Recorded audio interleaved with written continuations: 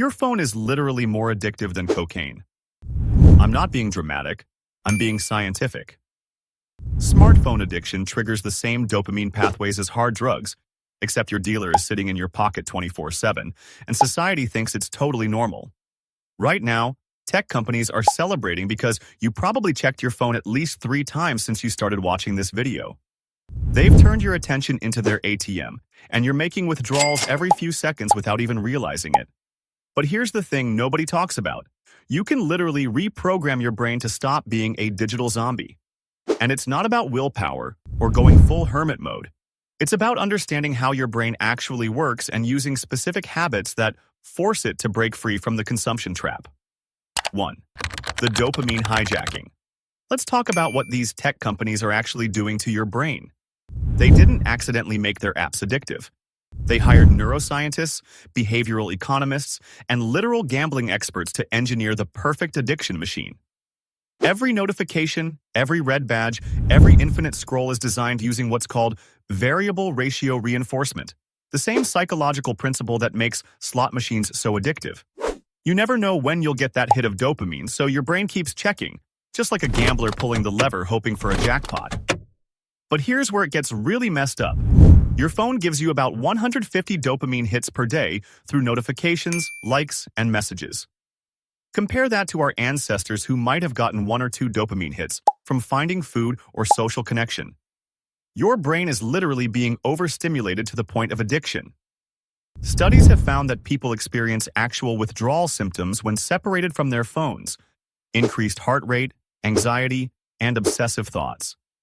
We're talking about the same symptoms drug addicts experience.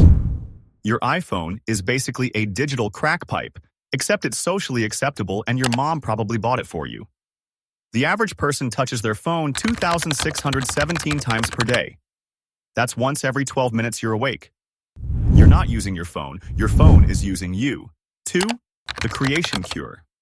But here's where the science gets interesting. Researchers discovered something that will blow your mind. When people switched from passive consumption to active creation for just 30 minutes a day, their screen addiction symptoms dropped by 40% within 2 weeks. Creation activates completely different neural pathways than consumption. When you're scrolling, your brain is in passive receive mode, just absorbing dopamine hits. But when you're creating something, your brain switches to active problem-solving mode, which naturally reduces the craving for external stimulation. Think about it. When you're deeply focused on writing, drawing, filming, or building something, you literally forget your phone exists. It doesn't matter what you create: music, art, writing, even organizing your closet. The act of creation itself is like brain exercise that strengthens your focus muscles while weakening your consumption cravings. 3. The boredom breakthrough. Here's a habit that sounds completely backwards but works like magic. Deliberately boring yourself for 10 minutes a day. No phone, no music, no stimulation. Just sit there and be bored. Why does this work? Because boredom is like a reset button for your overstimulated brain. When you're constantly consuming content, your brain never gets the chance to process information or generate its own thoughts. It's like trying to have a conversation in a nightclub. Too much noise, no real connection. But when you allow yourself to be genuinely bored, something amazing happens. Your brain starts generating its own entertainment. You get creative ideas, solve problems you've been stuck on, or just rediscover what it feels like to exist without constant input.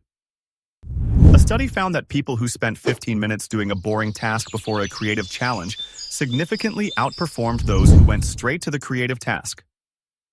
Boredom literally makes your brain more creative and less dependent on external stimulation. Start with just 10 minutes. Sit somewhere comfortable, don't look at any screens, and just exist. Your brain will probably panic at first and desperately try to convince you to check your phone. That's normal. You're detoxing from digital dopamine. 4. The phone funeral. This habit is so simple it sounds stupid, but it's incredibly effective. Physically put your phone in another room when you're doing anything important. Not on silent, not face down, gone. Why does physical distance matter? Because proximity creates impulse. Even when your phone is on silent, your brain knows it's there. It's like trying to diet with a chocolate cake sitting on your kitchen counter. The temptation is always present, slowly draining your mental energy as you resist the urge to indulge. But when your phone is in another room, something interesting happens. The inconvenience of getting up and walking to get it creates what psychologists call a friction point. That small barrier is often enough to break the unconscious habit loop of reaching for your phone. Research found that people performed significantly better on cognitive tasks when their phones were in another room compared to when they were just in a drawer or bag nearby. Your brain literally works better when it knows the distraction isn't immediately accessible. Try this. For 1 hour a day, put your phone in a different room and do something that requires focus.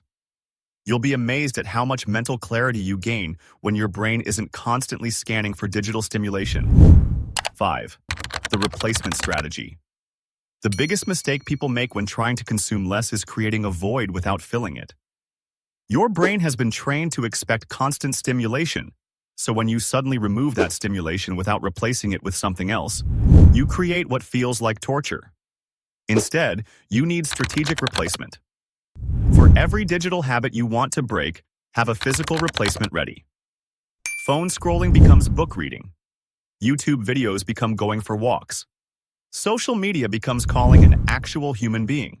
A study found that people who used replacement strategies were 3 times more likely to successfully reduce their screen time compared to those who just tried to use willpower.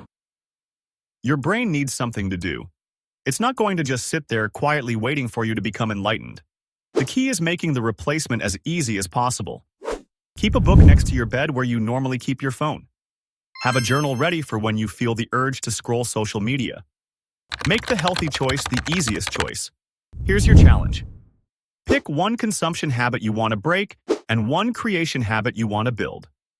For the next 7 days, every time you feel the urge to consume, immediately do your creation activity instead. Your brain will literally start rewiring itself to crave creation over consumption. Your phone wants to be your master, but you can choose to be its user instead of its victim. The question is, are you going to keep letting a piece of plastic and silicon control your attention, or are you going to take back control of your own mind?